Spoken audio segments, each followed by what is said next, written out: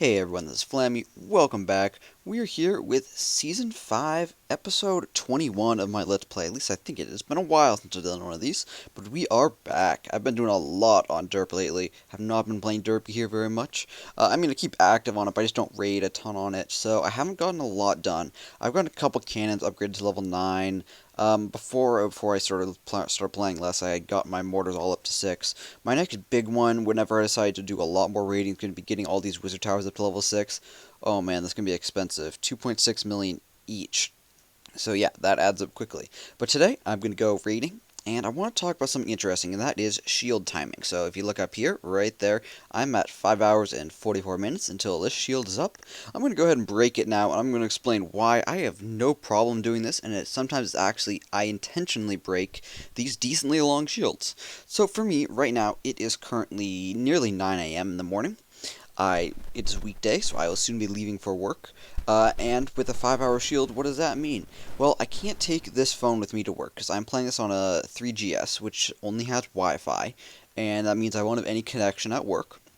So, what should I do? Well, I guess I could take it to work, but I don't, and I'm not going to bother doing so. If ideally I'd be able to take it to work and be able to just maybe on my lunch break or something, just like play it and just sort of take care of it and reset my shield then. But because I won't be playing until this evening, which is probably about 9 hours away, um, that's a lot longer than 5 hours. Clearly, anytime you think your shield's going to run out before you're coming back from something like this, like work, going to school, going to like an extracurricular event, going to some other event for the weekend or something, I recommend breaking your shield before it, as long as you're going to be back within the next 12 hours. Why is this? Well, because I would be attacked in probably starting within 6 hours and probably within the next 2 hours after that. That means I'd be able to steal a lot from my mines and collectors. But if I break my shield now, that means that they will attack sometime probably the next 2 hours. Give me a 12-hour shield. Maybe I'll be attacked several times. But the fact is, they won't attack them for the next 12 hours, which means my entire mines, collectors, and storages will be protected for this next 12 hours. Yes, they can steal from it now, but because the main thing that they're going to be stealing from is the mines and collectors, I'm not really concerned about them doing that. I'm just fine with them attacking my empty mines and collectors now versus when they'd be partially full in 5 hours. Hope that makes sense. Because they can still take on the storages in both times, and because I've got a good amount in each of them, it doesn't really matter. They can always steal 25% of the storages, and because 25% of my storages is always above the maximum of 198,000, then I have no problem whatsoever just letting them attack that now versus later. It's going to happen, so I sort of disregard that and just look at the mines and collector side of it. Plus, mines and collectors are much more likely to be raided in the situation that, like this, where the mines and collectors are on the outside. So, they're going to be attacked pretty much at least 80% of the time someone bothers attacking me. But my gold storages are generally much more unlikely to be actually damaged. It's not unusual to lose one of them or so, maybe even two of them, but the way my base is currently laid out, I don't usually lose or even get damage for more than one of each storage. Sort of the advantage of spreading them out. So like a base like this, if I attacked one of these storages, my goblins would probably get in to attack the others. But if you spread them out and compartmentalize them, then they're sort of less likely to get attacked, which is sort of contradictory. There's the base I was looking for right there. Town Hall 9, so we get a bonus, a little bit of a boost to the resources when we attack this. And clearly inactive. You can tell from the tombstones, you can tell from the leagues, and you can most of all tell from the resources. All these resources should be in the mines and collectors. Here's another quick tip right here. That crossbow is not actually loaded. There's no string on the bow, and there's no purple bolt in the sort of slide.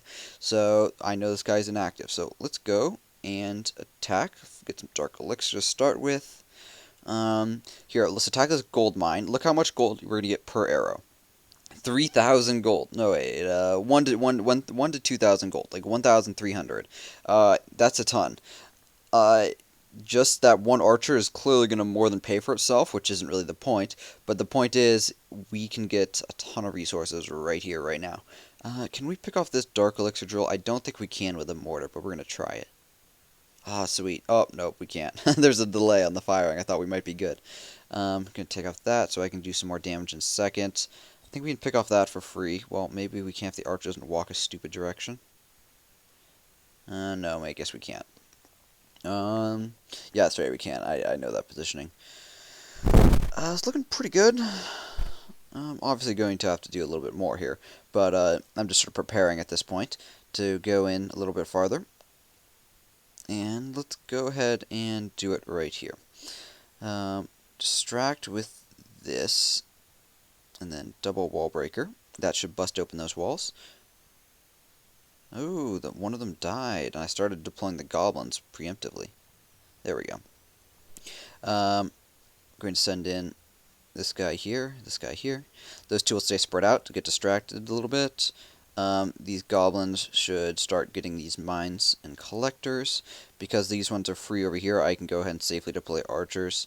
Looks like the one archer we deployed to get the army camps died, so it looks like the goblins are mainly going to get most of that, but that right there should help out. These archers should get those just fine. Then I'm going to deploy over here. Coming in right there. I don't want to bust open the wall to the left because my archers are going to get those just fine. I do want to instead get in here, get the elixir. I did get all the gold, by the way, so I got my main target accomplished. But elixir, of course, is great as well. So there's 2 more elixirs. There's one, and then here's the other right here. So we'll bust into this other one. Notice I'm using a lot of wall breakers. That's alright. Not as much alright when it takes that many. The cannon was close enough to be able to shoot them down, unfortunately. But, just like this, I'm going to be able to get in here and get the last bit of resources. I spread out a couple archers and a couple goblins, so that you notice those mortars attack. They attacked the archers first. If I had put down barbarians, it could have worked as well. But archers make sure that they don't, because the barbarians, of course, would walk closer. If there's any delay on the mortars, they wouldn't want them to hit the goblins. And right there, with 19 seconds left, 0 resources left, except for 1 single dark elixir. So, missed out on that somewhere. That's alright, though. I don't really mind. You did notice the dark elixir that was out here did get collected when I accidentally deployed goblins too early right here. But when the second wall breaker died, so I didn't bust through those walls. So that ended up working out sort of coincidentally. I didn't really intend it to work out that way, but as you can see, resources right here. How much is that total? That's 500. That's 600,000 total. Awesome, and more, and pretty good gold, but really good elixir. Elixir's great. I might be able to spend it on an upgrade, a research upgrade. If not, perhaps an army camp. Do I think I can do those? No, I can't do army camps. They're all up to level 6, because of course, Town Hall 6, 7 House 7 allows us to max this out. But let's check out the research. I'm not sure if this is going to be enough. 1.8, so, we got 1.8, yes we do. So that's not going to be enough for mortars, so we need another 400,000 for mortars, for giants. This is one other bit for that. Could do wizards, could do balloons. Definitely don't want to do balloons right away. I'm fine doing them eventually, but I'd rather get those giants up first. So I'm going to hold off on the elixir. As for the gold, I don't believe 1.1 is going to be enough to do any of these significant upgrades. So probably not going to do anything with that. Let me just check real quickly. For the archers, I think that's, yeah, 1.5.